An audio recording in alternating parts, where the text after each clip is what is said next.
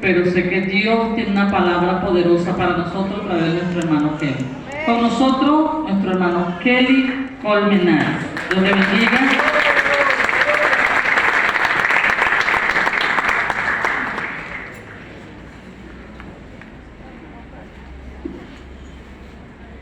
Dios les bendiga. Amén. Dios les bendiga. Amén. ¿Cómo están? Dicen los exploradores, ¿cómo nos sentimos? Me siento agradecido del Señor por estar en esta casa, en esta, pudiera decir yo, legendaria casa, no porque es una leyenda, sino por su trayectoria, por sus años establecida en este lugar. Siempre será para mí un privilegio predicar el Evangelio en cualquier lugar donde Dios nos permita hacerlo. Y predicar en Getsemaní siempre es un privilegio y un reto grande, porque aquí hay gente de mucha más trayectoria, de mucha más experiencia, de muchos más años en el Señor que yo, y agradezco a Dios por esta maravillosa oportunidad que me da. Sin embargo, pues confío en el Señor que Dios en esta mañana pueda usarme para bendecir su vida. Recuerdo que en una ocasión yo pasé por una iglesia muy hermosa, un domingo en la mañana. Realmente no sé qué hacía yo un domingo en la mañana fuera de Dios bueno, pero no recuerdo exactamente qué andaba haciendo fuera de la iglesia, pero pasé por una iglesia muy bonita y me paré frente a la iglesia y la miré. Y yo creo que a todos los predicadores nos pasa eso, como les pasa a los músicos cuando ven un instrumento bonito, cuando de repente el baterista ve una batería hermosa, él quiere tocarla. Yo he visto que los músicos cuando ven una guitarra nueva, bonita, no sé, una de esas guitarras, una Tatay, o no sé mucho de marcas de eso, pero creo que quieren tocarla. Tal vez le pase al Pastor Jorge cuando ve un iPod, una cosa, un Samsung de última generación. Pero a mí me pasa cuando veo iglesias. Entonces vi esa iglesia y en mi corazón me quedé viendo y dije, a mí me gustaría predicar ahí. Pero rápido en mi mente dije, no, pero esa pastora invita a pura gente de alto calibre. Me dije a mí mismo. Y rápido como que opaqué ese ánimo y me fui. Mi sorpresa fue que como a los 15 días, esa pastora me llamó para que yo predicara una actividad en esa iglesia. Y entonces yo automáticamente me asusté y llegué muy nervioso el día de la actividad. Y le conté a la pastora. Le digo, pastora, mire, no fue en Getsemaní, fue en otra casa. Y le digo, pastora, mire, yo pasé por aquí hace ciertos días y en mi corazón sentí el deseo de estar aquí. Pero claro, a mí me enseñaron que no hay que autoinvitarse, ni ofrecerse, ni dar indirectas. Yo veo de muy mal gusto cuando alguien dice, mira, Dios me dio una palabra para tu iglesia, tengo que ir a predicarla. Yo creo que si Dios le da una palabra para una iglesia, Dios va a canalizarla para que usted lo inviten a esa iglesia sin necesidad de que usted ande ofreciéndose. ¿Sí? Bueno, yo creo que por la formación que me dieron tengo ciertas cosas de las que me cohíbo. El asunto es que ella me invita y yo le cuento y le digo, mire, yo pasé por aquí, quise estar aquí, pero bueno, yo me quedé con eso en mi corazón. Y yo pensé que usted no invitaba gente, sino pura gente de alto calibre.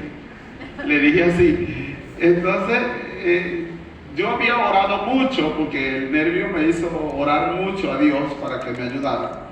Y ese día Dios me ayudó, como casi siempre lo hace, pero esa vez vi cosas que no había visto, vi a Dios hacer cosas a través de mí que yo no había visto. Esa vez pude ministrar algunas cosas en ciencia, cosa que no es muy común en mí. Y fue una bendición grande. Y cuando la pastora pasó al final, me dijo, ella pasó a tomar el altar, y me dice, Kelly, el calibre lo pone Dios. Ella me dijo eso, porque yo dije, seguramente invitan solo gente de alto calibre. Y ella me enseñó esto, me dijo, el calibre lo pone Dios. No sé por qué te estoy contando esto, pero yo quiero que eso que a mí me enseñaron, quiero transmitírtelo en esta mañana. El calibre lo pone Dios. No tengas en poco tu llamado, no tengas en poco tu ministerio. Si Dios te pone en una circunstancia, en una situación, en un desafío, es porque Él va a trabajar en ti para que tú estés a la altura y aún por encima de ese desafío. ¿Sí me estás entendiendo? Entonces, hoy quiero hablarte justamente de un tema titulado El poder del llamado. Si Dios te llamó a algo, Él va a respaldarte en eso que Él te llamó. Para eso quiero que por favor me acompañes a leer en el Evangelio según San Mateo capítulo 14. Mateo capítulo 14, versículo 22.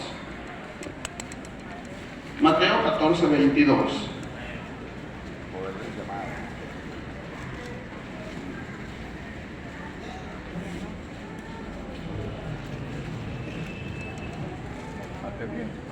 Mateo 14, 22, cuando lo tenga por favor díganme un fuerte amén. Y si usted acostumbra a estar de pie, puede estar de pie, conforme a su costumbre y conforme a la enseñanza que le hayan dado, usted actúe de esa manera. Mateo 14, 22 dice así, esta versión dice de esta forma, dice, enseguida obligó a sus discípulos a entrar en la barca e ir delante de él a la otra orilla, entre tanto que él despedía a la multitud. Y una vez que despidió a la multitud, subió al monte a solas a orar. Y cuando llegó la noche estaba allí solo, y la barca estaba ya en medio del mar, azotada por las olas. Diga, azotada por las olas. Porque el viento era contrario, era contrario. Mas a la cuarta vigilia de la noche, Jesús vino a ellos andando sobre el mar. Y los discípulos al verle andar sobre el mar, se turbaron y decían, es un fantasma. Y se pusieron a gritar llenos de miedo. Pero enseguida les habló Jesús diciendo, tened ánimo, yo soy, no temáis. Entonces le respondió Pedro y dijo, Señor, si eres tú, mándame a ir a ti sobre las aguas. Y él dijo, ven, diga ven. Y descendiendo Pedro de la barca, se puso a caminar, se puso a caminar sobre las aguas para ir hacia Jesús. Pero al percibir el fuerte viento tuvo miedo y comenzando a hundirse gritó, Señor, sálvame. Al momento Jesús, tendiéndole la mano, lo agarró y le dijo, hombre de poca fe, ¿por qué dudaste? Y cuando ellos subieron a la barca, se calmó el viento. ¿Dice amén a eso? Amén. Ok, por favor ayúdenme a orar, porque a todos nos conviene que Dios me use. A todos nos conviene eso. A usted le conviene que Dios me use para que Dios ministre su vida. Y a mí me conviene, ¿usted sabe para qué? Para que se me mantengan las puertas abiertas. Entonces, vamos a orar por eso todo, ¿sí? Padre bueno, te doy gracias en esta maravillosa mañana por tu misericordia, por tu amor abundante. Gracias, Señor, por darme el privilegio de estar en esta casa y ministrar tu palabra.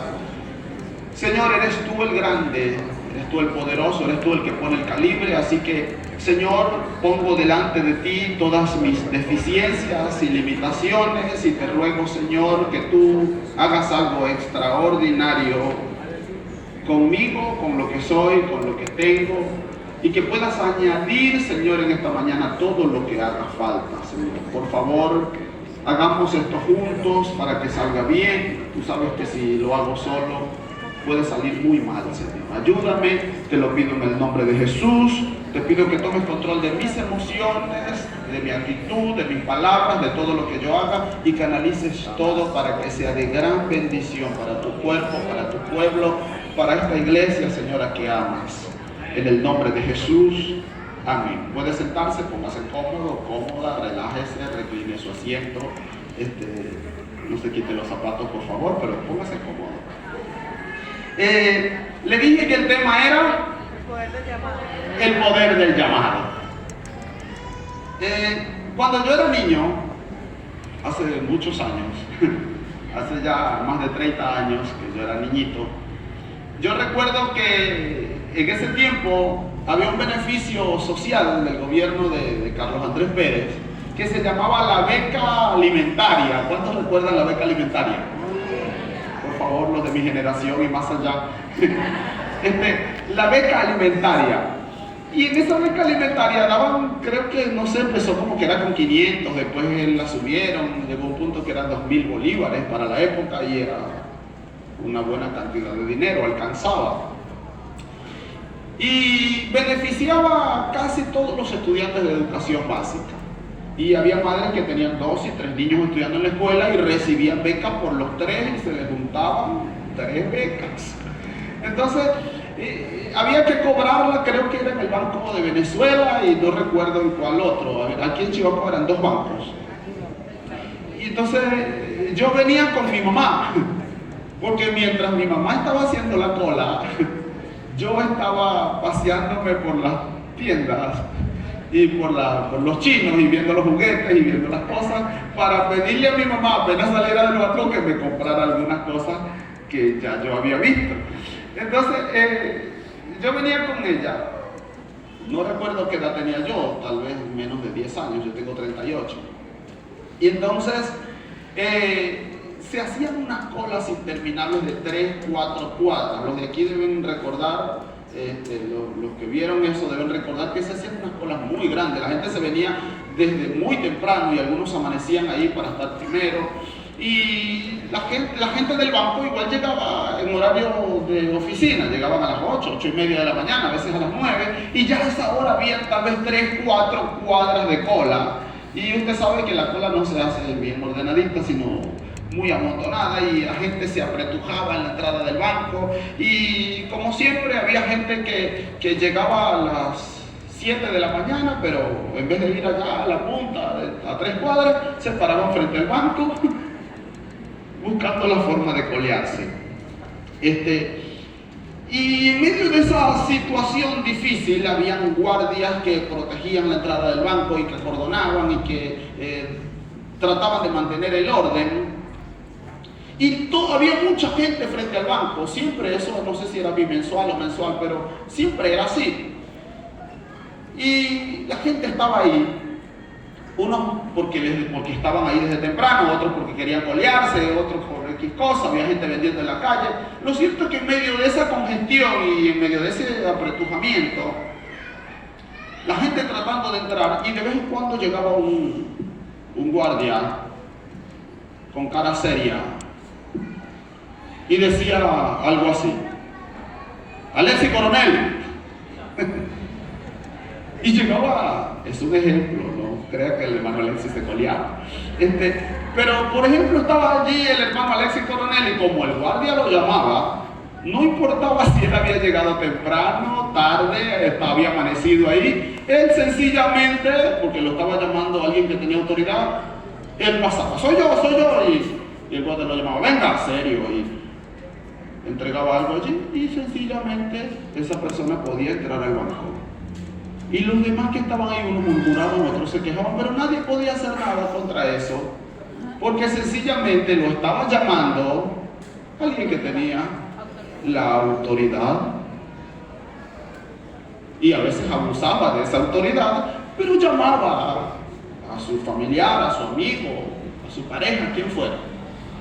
Supongamos que sale del banco el gerente con una carpeta en la mano y su credencial que dice que es gerente del banco, y dice, por ejemplo, Julio, y viene Julio, y no importa si Julio acaba de llegar, pero él puede pasar porque lo está llamando el gerente. Lo que quiero que entienda es que si alguien de autoridad te llama, esa autoridad de esa persona te da la cobertura, el resguardo, la protección, te da la facultad para que puedas avanzar, porque el que te llamó tiene autoridad. Supongamos que en ese tiempo yo le dije, tenía ya, no sé, 7, 8 años de edad, y que yo dijera: pero si lo llaman puede pasar. Y que yo me parara frente al banco en la puerta, siendo un niño de 8 años, y desde la puerta del banco le dijera a mi mamá: mamá, pase. ¿Le daba eso a mi mamá la facultad de poder entrar y cobrar porque la estaba llamando yo? Indudablemente que no, porque yo no tenía ninguna autoridad sobre esa entidad para llamarla. Todo va a depender de quien te llame. Ahora, quiero preguntarte en esta mañana, ¿quién te llamó a ti a ser evangélico? ¿Quién te dijo que fueras evangélico? Pero dígame algo, no me asuste. ¿Quién lo llamó al evangelio? No me vaya a decir que el predicador, por favor. ¿Quién lo llamó al ministerio? ¿Quién lo llamó a su servicio? Dígalo fuerte, dígalo sin miedo. ¿Quién te llamó a una vida de santidad? ¿Quién te llamó a marcar la diferencia? Pues si el que te llamó fue Dios, Él tiene la autoridad suficiente, tiene el poder suficiente para darte la cobertura, el respaldo, el resguardo y la facultad de que puedas avanzar en ese llamado, en ese ministerio, en ese nivel de santidad, porque fiel es el que te llamó y Él sabrá apoyarte, ayudarte para que no te caigas en el camino, y aún si te caes Él puede levantarte porque tiene la autoridad para hacerlo. De eso quiero hablarte hoy. Vean, el contexto dice que en ese tiempo, el contexto de lo que leímos, dice que en ese tiempo Herodes el tetrarca había oído de la fama de Jesús. Y que Herodes el tetrarca había dado muerte a Juan el Bautista, dice al principio del capítulo 14. Y usted sabe cuál era el problema. Juan el Bautista condenaba la relación, o por lo menos atacaba abiertamente, predicaba abiertamente en contra de la relación que tenía Herodes el tetrarca con la mujer de Herodes Felipe, su hermano. Y como era una relación prohibida por Dios, Juan el Bautista como profeta la condenaba. Y bueno, usted sabe que por esa razón encarcelan a Juan, y que después, cuando la hija de Herodías danzó para Herodes, Herodes le ofreció que pidiera lo que quisiera, y ella, influenciada por la mamá, pidió la cabeza de Juan el Bautista. Bueno, el asunto es que matan a Juan. Y en ese tiempo oye Herodes de la fama de Jesús, de los milagros que hacía Jesús y de lo que estaba pasando con el ministerio de Jesús. Y Herodes dijo: ese es Juan el Bautista que resucitó de los muertos, y por eso es que actúan en él esos poderes milagrosos. Eso que dijo Herodes llega a oídos de Jesús.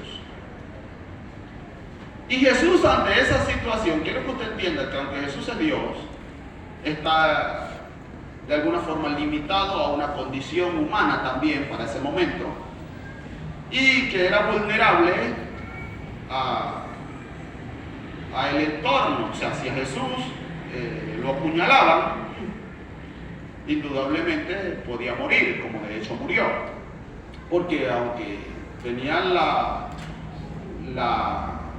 facultad divina, tenía la divinidad, también tenía una humanidad. Y en doctrina usted sabe que Jesús era la totalidad de Dios, pero también era totalmente humano. Todavía no había llegado el tiempo de que Jesús muriera, así que Jesús no andaba buscando problemas. Él sabía que tenía que cumplir un ministerio, él sabía que tenía un llamado, él sabía que tenía una función que hacer en la tierra, así que ante la situación que le amenazaba, porque nada más y nada menos que el rey Herodes estaba escuchando de él, y Herodes se le metió en la cabeza que ese era Juan resucitado, Jesús, ante esa amenaza o esa situación desfavorable, decide irse a un lugar apartado y orar. Jesús dependía mucho de su relación con el Padre. Yo no sé de qué depende usted, pero es bueno que dependamos de nuestra relación con el Padre.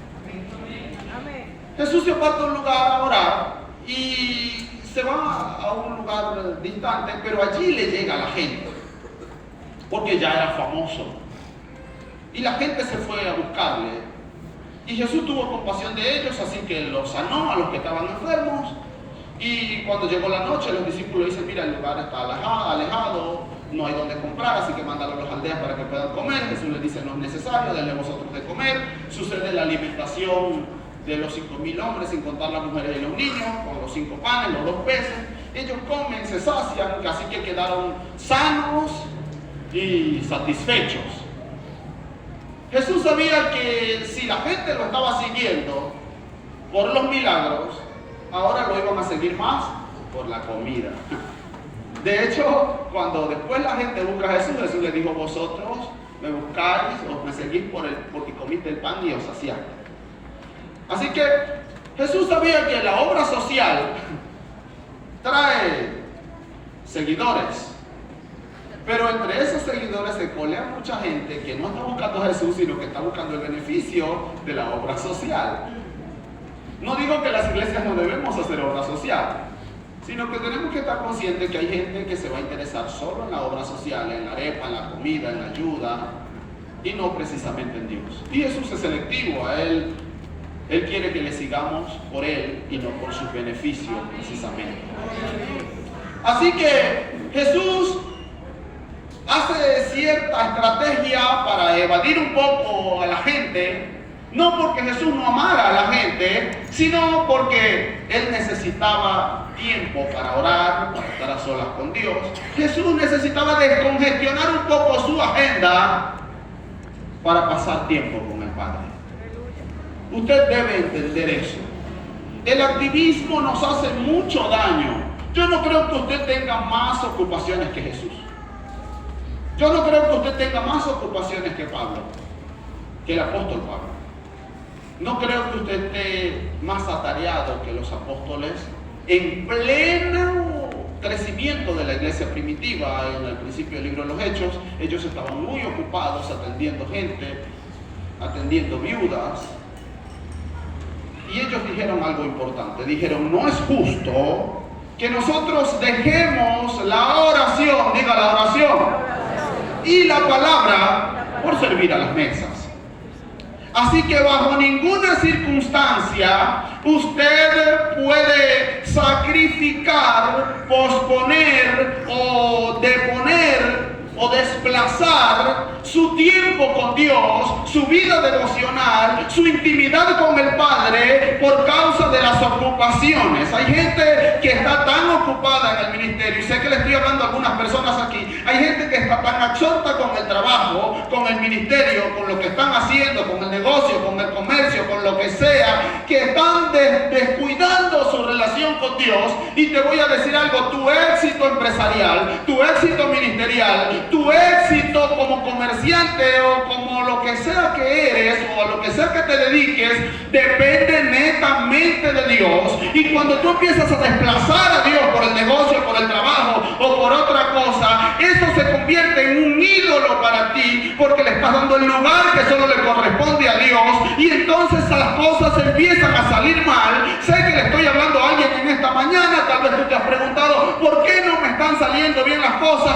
¿Qué está pasando en mi vida? Revisa tu corazón. ¿No será que le estás quitando a Dios lo que es de Dios para dárselo al César? Jesús no está en contra de que le des al